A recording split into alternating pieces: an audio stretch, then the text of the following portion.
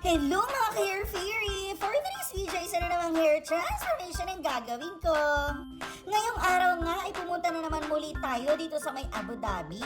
Isa nga pala sa mga regular client natin na magpapaganda na naman muli ng kanyang buhok. Kaya naman heto at pinuntahan ulit natin ang client natin na ito.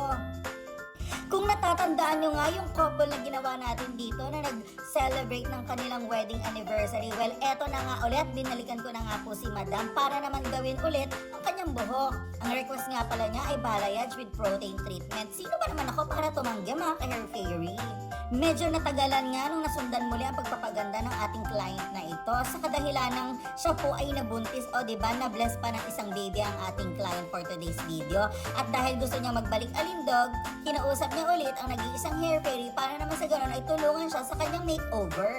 Sa mga moment nga na ito ay tapos na naming lagyan ng balayage pattern at ngayon naman ay nagbi-mix na ako ng pinaka top color na gagawin natin or i-apply natin sa buhok ng ating client. Heto na nga't ina-apply ko na nga po yung pinaka-top color na minix ko kanina mga ka-Hair Fairy. Ibababad lamang natin siya ng 15 to 25 minutes at kailangan natin siyang i-check from time to time para naman sa ganun ay mabantayan natin ang maayos yung development ng color sa kanyang hair. Napakasarap ng kakwentuhan nitong client na ito. Talaga namang hindi ako na boring or hindi ako na inap habang ginagawa ko yung kanyang buhok. Isa nga pala sa pinaka-favorite part ko ang kumain. Syempre mga ka-Hair Fairy, kailangan natin yan para naman ma-recharge ang ating energy. Para sa mga susunod na steps na gagawin natin ay hindi tayo manghina. O diba, maraming salamat nga pala sa mga client na talaga namang lagi nila akong binubusog every time na ginagawa ko ang kanilang mga buhok. Sa mga moment nga na ito mga ka-Hair Fairy ay na-apply ko na nga po ang protein treatment. Make sure nga lang po na hindi ito magtatap or maipapahid sa inyong mga scalp para naman sa gano'n na hindi ma-irritate ang inyong mga skin mga ka-Hair Fairy.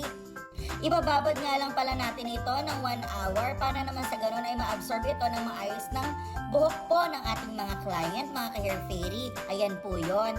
Chismisan nga pala ang pampalipas oras namin itong client na ito.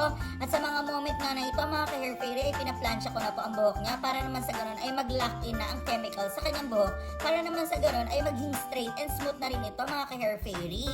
After nga niyan ay binanlawan ko na nga po at in-apply ko na kaagad ang cellophane treatment. 15 to 20 minutes nga pa lang itong binababad.